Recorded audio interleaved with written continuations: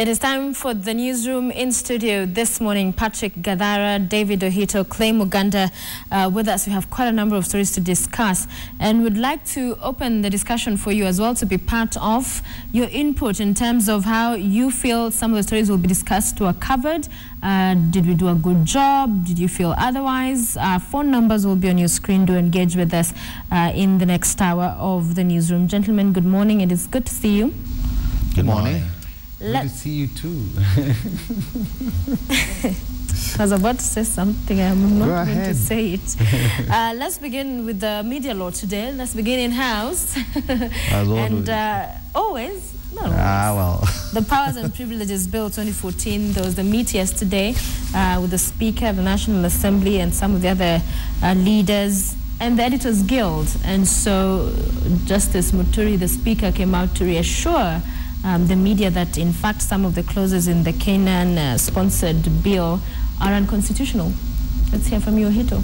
Yes, I was part of that meeting, and I'm proud to say I think Parliament has been embarrassed by the first instance when they passed bills that contain clauses that are unconstitutional, and begs the question that does Parliament and its officers have real officers who are entrenched on matters constitution, on matters law, so that before a bill is published and tabled before the floor of the House, it has gone through requisite, research, fact-finding, and, faulting enough so that we don't have laws which go against the main law or the Constitution. And the Speaker was very clear that he had already himself picked out sections of that Powers and Privileges Bill, which were unconstitutional and needed not to be on that document. So according to him, that was kind of the first public participation in the enactment of laws as required by the Constitution, in which he meets stakeholders. And lucky enough, the Powers and Privileges Bill will be taken through the committee stages by the Powers and Privileges Committee, chaired by none other than the Speaker. So we hope there will be better gains made towards that end when the bill is finally made into law. So I think for me it's a good signal from Parliament that there are people who are willing to pass laws that can pass the test of time. And going forward, I think that is the direction it should take. And during that meeting, we also discussed the two controversial acts of Parliament, which are now the subject of litigation. That is the Kicker Act and the Media Council Act. And there was consensus that if there would be no sub judice, then we could bring amendments through a consensus table so that we don't waste court's time and we don't waste taxpayers' money by engaging in unnecessary legal battles. If there was genuine consultation with the Ministry of Information, then people would not be in court. And I still hold the Ministry of Information and Communication responsible for bringing in bad bills and forcing it through the MP's throats and finally into an acts of Parliament which have been stayed by the court. Gadara? The case itself, the bill itself is obviously, I think, unconstitutional, as the Speaker said yesterday. But I think also we need to look at the process and how a bill with such clauses can actually, pass through. I think it's gone through its first reading and it's supposed to go through a second one. So how does such an obviously flawed bill even get past that stage? How does it start actually being discussed? But I was a bit perturbed by something that the Speaker said yesterday. I spoke about the criminal libel provisions in our Constitution, which I think right now should be an opportunity for us to interrogate, because we're one of the few countries that actually retain this sort of a law where if you're guilty of libel, it's not a civil offense, not just a civil offense. You can actually be jailed for it. It's a criminal offense.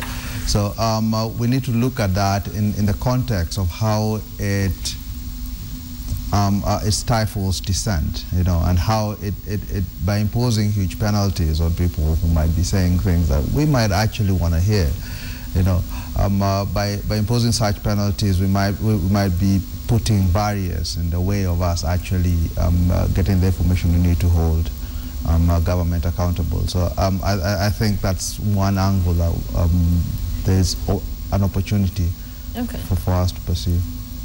Clay, do you have anything to say? After an official of the Editors Guild has spoken. Actually, I think the whole point here is one thing that you're not looking at is that we're blaming MPs and we're blaming everybody else. But I think there's an aspect of all these things that happen to the media, which we need to look inward and find out, like, how did we get there? How does it get to the point where actually an MP comes up even with thinks of even coming up with such a bill? We need to look inward and find out, like, that there must be a place where we went wrong. And I think we are still making the steps we're still making. We're not making the right steps. It will get to a point that this thing will come up again. Then we'll run to the streets and protest and all that. Because right now what we're doing is, this bill came up, so that has given us an opportunity to discuss KICA and the Media Council Act. You see, what if this did not come up? What could we have done? So I think going forward, we need to sort out all this media-related stuff. And the media itself needs to be very clear, because truth be said, I mean, the media it's very, very easy to divide the media now. Very easy to divide. Is it? Even together. Oh, come on. Only during crisis. Only during crisis, but it's very, very easy. And this one, I'll say this here. Even the elections of the Editors Guild, even the election of the so-called Editors Guild, and that's why I call it Editors Guild, is that they were not sure. There are people who became officials who actually became members of the Editors Guild 2 hours before the elections. They had never been. And you see all these things. Yeah, all these things, they need to be sorted out, because those people have seen that. They know that the officials, like all these whatever media bodies, they're very easy to divide. And that's why they come up with all these things, because I don't think that... That's interesting. Without defending some of the rot that's in the press, I don't think it's accurate to think that government is not going to come after press. They will always do this. It is in the nature of governments to try and avoid scrutiny, and the media is one of the functions or the avenues through which the public can hold them to account. So when you look at the media bill and the KICA bill, I don't think that if the press behaved themselves, these bills would not have been brought. It's not about behaving themselves, but you see, it's a matter of one thing, Gadara, you have to admit that we have our faults, and our faults are sometimes too many. These guys take advantage of our faults. You see, and that unless we address these things, they will always keep on coming after us. That's what I mean. That's exactly what I'm saying. Clay, I agree with you to that extent, but there's no single profession in the world, from evangelism to engineering, that does not have faults. The only difference is that journalists, because of our highly interactive work, our faults will be seen by the day, and everybody wants to complain. I know of Toyota, Ford recall millions of cars every year. Nobody complains as much. I know doctors and people get killed. Yes. I know doctors who bury surgical equipment inside their patients. It's just petty punishments. Yeah. But when it comes to journalists, you start seeing people like my good friend and my junior in college, Elders MP, trying to fine us 500,000. There's a big problem. I know of enough MPs who have abused their offices. There are others who are before the disciplinary committee. I've not seen any media house interview with the elders. I'd want to know the motivation. He's been dodging it. We expected him to yes. But he knows, because we know him, we know his skeletons, we know his history. I told you he was my junior at the college, and I know him very well. And I've been looking for that opportunity that we can discuss this issue. Who are his masters? I believe that is not the Adam Kenan I know. Paymaster. Again, there's a subtle disagreement I have with what David has said. It's not about punishing the media 500,000 or a journalist 500,000 when he's gone wrong. That's not the intention of the legislation. The legislation is to scare him into not venturing into places where he might make a mistake. And in that way, keep him silent.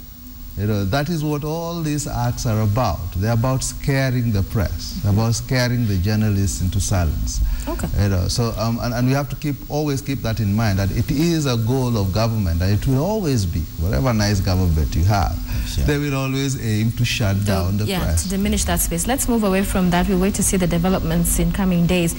To a story that's developing today, the nominees from the one for the DG, NIS, and the ambassadorial post, in as far as the coverage and giving Kenyans information on this people, other than what was heard from these committees, has the media dug in enough? Have we created that picture? So that even as much as the processes are ongoing in the House, we are also sort of having our own contribution and, you know, reporting and researching on these individuals, other than just what we are reporting from the National Assembly and the committee.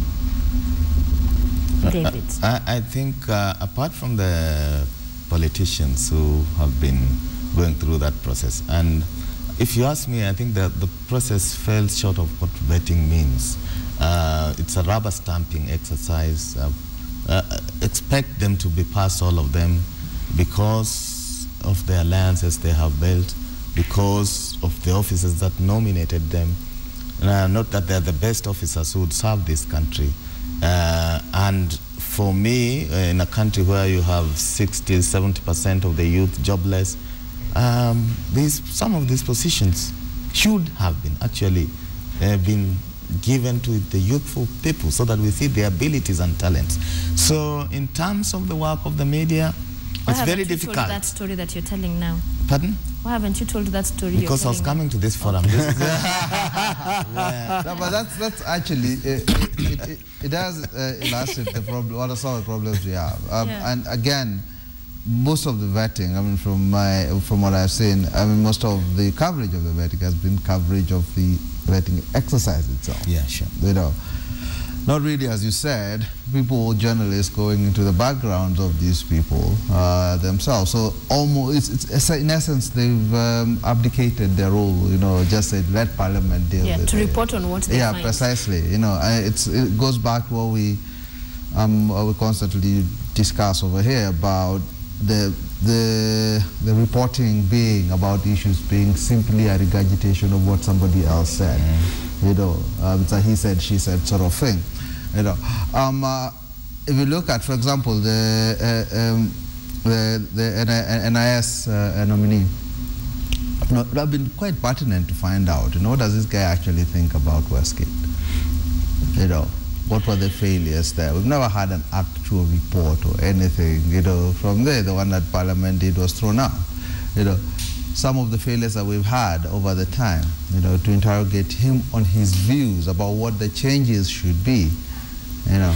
And somebody, instead of leaving it up simply to Parliament to then go and have a closed-door session where we don't know what he's asked, you know, somebody within the media going in and digging further into his background, not simply telling us he's got 3 master's degrees and fine, you know, we should be happy with that. I think when it comes to the so-called vetting, the way it was done even by for the cabinet secretaries and the principal secretaries and all that, we tend, the Kenyan media, again, the media tends to confuse public vetting. They confuse vetting in public with public vetting. Just because you're vetted in public or you sit before there cameras. And then before cameras, and we think that is public vetting. That is actually vetting in public. And I remember one time I told another senior journalist, like, we should stop complaining about the qualifications or all these people about cabinet secretaries and all that, because the media is equally responsible for what is actually going on, because we never dug further. We never wanted to know what this guy is capable of, what this guy has ever done before. So whatever he makes, I mean, somebody like Olelenku, the only thing we ever did was he was a whatever at Utalii. That was it. Nobody ever dug further and found out, like, What has he been capable of? What has he been incapable of? You know, we never do that. And actually, that's exactly but if your CV is 3 paragraphs, I mean, what do you only dig on CVs? That would be the question. That is exactly what is happening now, because it's all about rubber stamping. Yeah, it's all about that's the rubber thing, stamping. is we wait for the official thing. I think as we say, like we're playing a watchdog role, I think that's where we are falling short. Look at it. There are officers who have been nominated whose careers have been in public, both for the wrong and right reasons. With due respect to Honorable Sam Migori, for example, we know his stint at Ministry of Local Government and all those things that happened during that, the supply of chalk as water treatment equipment. I think if we reduce ourselves to, rubber stamping such officials, then I have big questions. 2, if we gonna... Who's the we? Media. Because that is what we are doing. Yes. Then I have problems with that.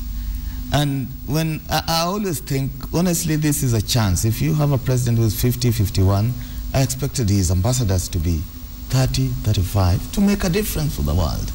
Not retirees. I think there are better brains in this country, more energetic, more vibrant, who think in the current way of life, who can drive these diplomatic positions. But you cannot cut off again the older generation just because you want young. You can't have a young leadership. You need at least 1 or 2 that have been gone ahead. One more thing that we're actually not looking at here is what about the career diplomats? What is the percentage of political appointees and career diplomats? Because most of the time you find that even countries like, and this is a fact, you can counter check. Sure. It got to a point actually during the time during Moi's last years in office, Kenya had the most professional foreign service. I think like 90% were career diplomats. You see, because Sally Kosgei was in charge, and she actually said, no, we are not going to have politicians in these posts. Okay. So what is happening now is that what percentage of the foreign, of the ambassadors and envoys and all that, what percentage of it, what should be the percentage? Should it be 50-50? Should it be 60-70% politicians, 30% career diplomats? You see, this is what we should be looking at, and actually we should, what is the law? But in that case, Ongeri and Mwakwere qualify because they've been diplomats before. I understand that, they've been diplomats before, but you see the other people also. But diplomats also, it gets to a point that these guys, they had been diplomats before. They went into politics, okay? They left actually the foreign service. So now you're picking them again because they could not make it in politics this time round. But that would be an ideal world. Now that we're living in a world that has compiting interest of political, even now, like that would never be what I find in the US now, I think there's a lot of noise. Obama has done 37% political appointees, going to 40. You see. But still, there are those people that you have to maintain. You always have a certain quota of what percentage of a diplomat and foreign service that you can be political appointees, and what percentage can be career diplomats. So it's done, but here we don't know, and that's what I'm talking about. That you're talking about age, but we need to find out, like, out of all these people, the age, yes, how many, what percentage? Otherwise, we'll end up. All Kenya's missions abroad will have 90% political appointees, which will be run by politicians. But here's the thing I find interesting. I mean, you've got 2 fairly senior members of the press here discussing this. Why isn't it in our papers? Because it was going to be on this show. They're saying this is the avenue. That's my point. We're here to look at how press covers things. The fact is they're not actually covering it. But you see, here is a case where I keep on saying this. I mean, like, I admit I am not out here to sanitize the press. I work in the media, and actually I point out our flaws. Right. That is the thing. That is what I'm doing. I'm pointing out the flaws that actually we've not dug up and actually laid out all this. How much can you dig into, for example, the NIS nominee? There's only so much digging you can do in as far as what he's also been doing before, being an intelligence chief in the military. Actually, there's so much secrecy, and you'll be told top secret, this cannot be said. An interview, when will he give actually, no. I mean, one of the issues that we've discussed here before has been the specialization also of reporters, so where if you had somebody who's been looking at, let's say, military issues or intelligence issues for a long time, he would know, he would be able to list for you, this guy has done 1, 2, 3, he's been here are our issues, and stuff. He'd have sources within the military that could tell him, this sort of thing. So I don't think journalists are restrained, if you will, by the simple fact that this is a military thing. The question is whether we actually have the expertise, whether we've actually specialized in it, we've had the experience to actually follow up this. And it probably speaks to one of the weaknesses we have in our newsrooms, in having people who've actually followed, these issues for a long time, who are then able to stand up and elucidate on them. So it's not much of a, actually, like the military spokesman, forget about the other major, the military spokesman is a civilian. Yeah. And it's quite accessible. You see, at what point do we decide like? Yeah, but we shouldn't be reliant on the military spokesman. I'm just saying about when it comes to accessibility. Yeah, first of all, the military spokesman is a civilian, so we should never use this lack of access even before we try. Let's try, and I mean, there are very many people who've been in the forces who actually worked with the current nominee for NIS. Or you can actually talk to them. I mean, that is not inaccessibility, the people who retired from the forces. So I think sometimes we also fall short and start giving excuses even before we try. But I think the idea of actually building up those specialities and having those guys there who can specialize in certain things, the same way you have business reporters and stuff. Somebody who's been in business for a long time, who's followed business for a long time, can tell you quite a lot of things, and he's got context and all of this, and nuance. What we lack is, I suppose, in the area of the military, there's a similar setup where people have actually for a long time concentrated. And actually, perhaps it explains why coverage of security issues also suffers, from the lack of an overall view of what's actually going on. But the flip side of it is that even if we said all the right and the wrong things that Cameroon has done, for example, what difference would it make? The rubber stamp is still held firmly, and it will be put on paper. But it's always good for people to have the information, to know who it is you're having, whether they're going to be there or not. The information in itself. So going forward, at least you have an idea or indication of what it is you're dealing with. I'd put it that way, that if I was going to represent my country, I'd do my best CV on earth. Minimum 12 pages, put it up there. Well, actually, why don't we look at the reverse also? Where I think there's value in this is, in the end, in any democracy, the final arbiter, the final people who are charged with actually holding government to account is the people themselves, And it's up to us. If we don't know what the government is doing, we don't understand the context, we don't know who these nominees are, and we're not enabled to understand, where they've come from, why they're there. Is it just politics? Is it this? Do they have something unsavory in their past? And all of this.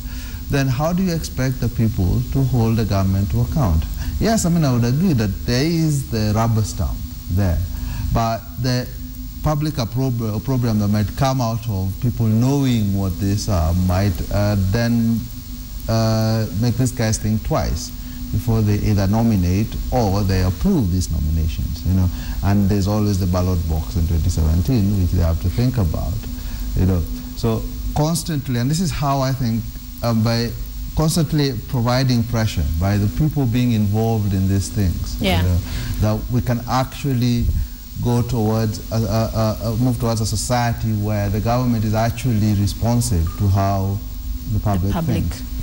But for me, the key thing is that the Constitution says most of these positions should be filled in a competitive manner, so that some of us could bid against Jeru Gidai, for example, and his rat stories, and say, okay, this is my CV, let us compete before you're nominated. And that way we will have a stronger diplomatic, career and a diplomatic representation for this country. But if we have every 3 years, every 5 years, we have to remove this lot of diplomats because they were appointed by Kibaki Raila, and now it's Uhuru and Ruto, then we have to have Chelimos and, Camerus in position. I have questions with that. Why don't we open up these positions for competitive bidding? You see, that happens because if at all there are career diplomats, then actually you can be left to serve your term. Sure. Yeah, you don't have to be removed, because but when you're a political appointee, then you have to go when before your term ends. And what I understand when David talks about this rubber stamping being in place, but it's not. There's nothing wrong of letting people know that this is the kind of a person we have in this position. Washington is a very, very prominent posting. Why do you pick somebody who's never held whatever to send to Washington? It's a very it's a very important posting. His strongest point for going to Washington is that he had gone to IMF and I remember there's one of the guys, actually one of the diplomats, who's getting vetted